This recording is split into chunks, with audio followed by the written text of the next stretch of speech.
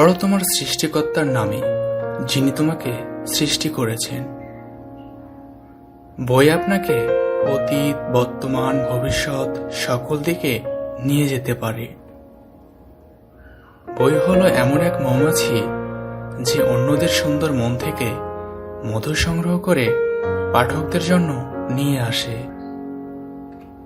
বই কিনে কেউ কোনোদিন দেউলিয়া হয় না। একটি ভালো বই হলো বর্তমান ও চিরকালের জন্য সবচেয়ে উৎকৃষ্ট বন্ধু। মানুষ বই দিয়ে অতীত ও ভবিষ্যতের মধ্যে সাঁকো বেঁধে দিয়েছে। আমার মধ্যে উত্তম যদি কিছু থাকে, তার জন্য আমি বইয়ের কাছে ঋণী। বই হচ্ছে মস্তিষ্কের সন্তান।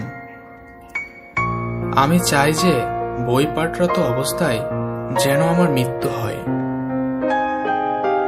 যদি বইটা হয় পড়ার মতো, তাহলে সেটা কেনার মতো বই। বই বিশ্বাসের অঙ্গ। বই মানব সমাজকে টিকিয়ে রাখিবার জন্য জ্ঞান দান করে। অতএব বই হইতেছে সভ্যতার রক্ষা কবচ। একবার যার পড়ার নেশা লেগেছে, সে কি মৃত্যুর আগ পর্যন্ত তা ছাড়তে পারবে? যে বই পড়ে না, তার মধ্যে মর্যাদাবোধ জন্মে না।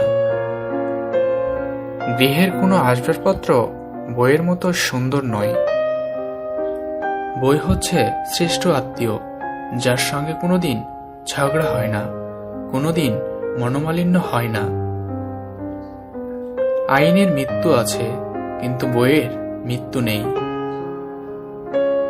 আমরা যখন বই সংগ্রহ করি, তখন আমরা আনন্দকে সংগ্রহ করি।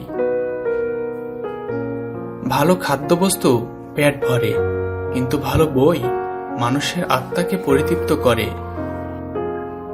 একটি ভালো বইয়ের কখনোই শেষ বলতে কিছু থাকে না। অন্তত ৬০,০০০ বই সঙ্গে না থাকলে জীবন অচল।